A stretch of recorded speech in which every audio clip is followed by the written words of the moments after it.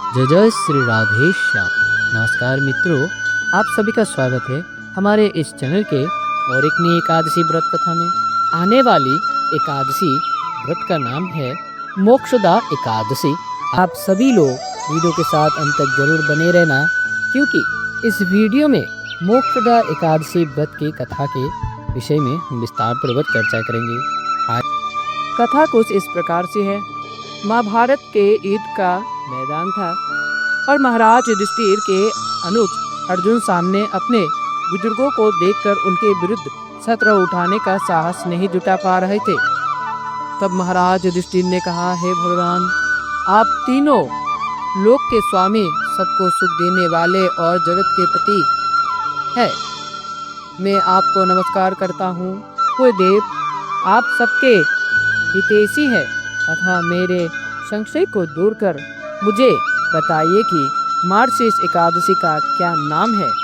इस दिन कौन से देवता का पूजन किया जाता है और उसकी क्या विधि है, कृपया मुझे बताइए। तुरंत चल भगवान श्री कृष्ण कहने लगे कि धर्मराज, तुमने बड़ा ही उत्तम प्रश्न किया है।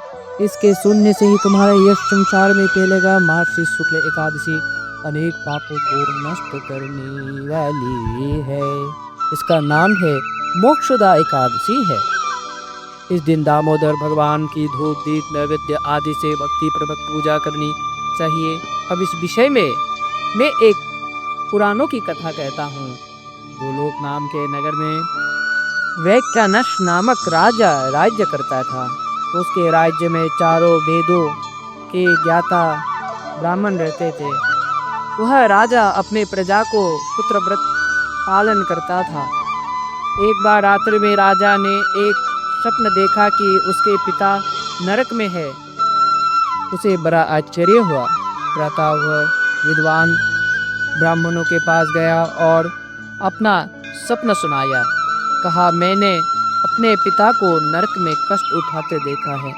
उन्होंने मुझसे कहा कि हे पुत्र, मैं नरक में पड़ा हूँ, यह से तुम मुझे मुक्त कराओ।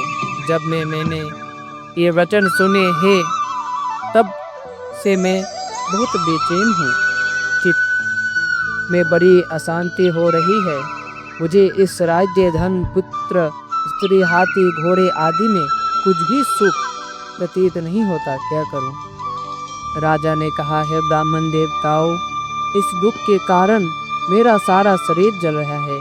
अब आप कृपा करके कोई तप, दान, व्रत आदि ऐसा उपाय बताइए जिससे मेरे पिता को मुक्ति मिली जाए। उस पुत्र का जीवन व्यर्थ है जो अपने माता पिता का उद्धार न कर सके। एक उत्तम पुत्र जो अपने माता पिता तथा पूर्वजों का उद्धार करता है, वह हजारों मूर्ख पुत्रों से अच्छा है। जैसे एक चंद्रमा सारे जगत में प्रकाश कर देता है, परंतु हजारों तारे नहीं कर सकते।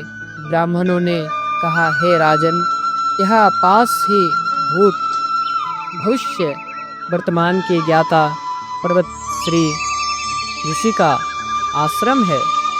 आपकी समस्या का हल वे जरूर करेंगे। ऐसा सुनकर राजा मुनि के आश्रम पर गया।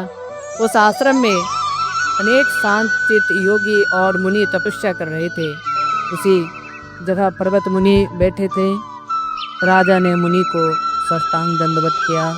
मुनि ने राजा से सांगोपांग कुशल पूछी।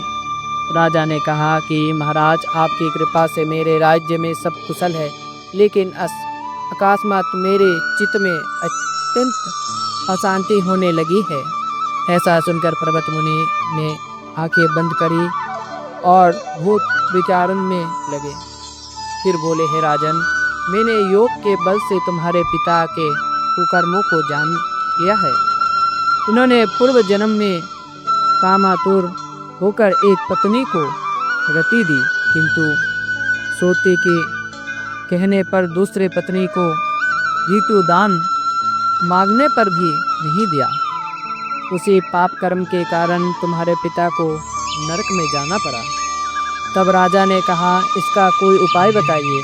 मुनि बोले, हे राजन, आप मार्गशीर्ष एकादशी का उपवास करें और उस उपवास के पुण्य को अपने पिता को संकल्प कर दें। इसके प्रभाव से आपके पिता की अवश्य नर्क से मुक्ति होगी।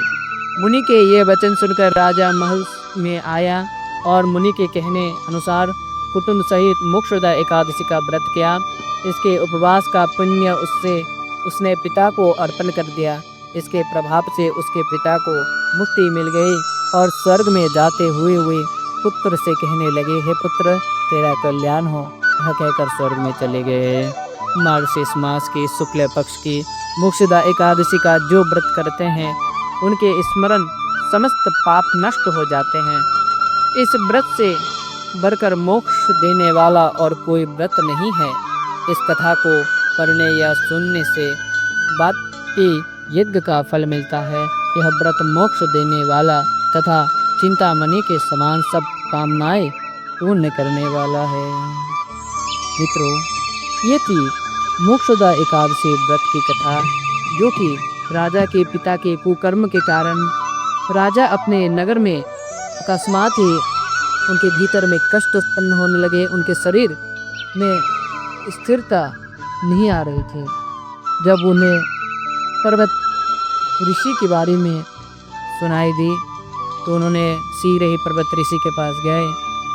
तत्पश्चात पर्वत ऋषि ने अपने योग साधना के बल से भूत भविष्य की जो भी थी उस राजा के पिता के बारे में जानने के बाद कहा कि जो तुम्हारे पिता के इस कुकर्म के कारण तुम्हारे पिता नरक में भोग रहे हैं, तो इस एकादशी व्रत को करने से अपने पूर्वज अपने माता पिताओं को नरक से मुक्ति मिलती है और वे लोग आनंद पूर्वक स्वर्ग में जाते हैं।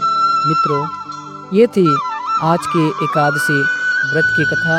आप सभी लोग भी अपने पूर्वजों को मुक्ति दिलाने के लिए अपने परिवार के साथ इस मोक्षदा एकादशी व्रत को जरूर करिएगा, जिससे आपके पूर्वज आपके माता पिता नरक से स्वर्ग की ओर जा सके एवं कि अपने पूर्वजों के आशीर्वाद के साथ आप अपने गृहस्थ जीवन में सुखी पूर्वक रहें।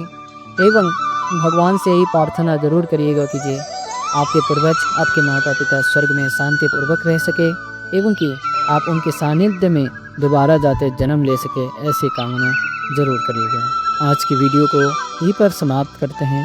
आशा करता हूँ आपको आज की है मोक्षदा एकादशी व्रत की कथा बेहद ही पसंद आई होगी। पसंद आती है तो वीडियो को लाइक करके चैनल को सब्सक्राइब कर लीजिए, बल्कि आने वाले समय में आपको हर एक एकादशी व्रत की कथा के बारे में जानने को मिलेंगी। हरे कृष्ण, जय सीताराम, जय राधे श्याम।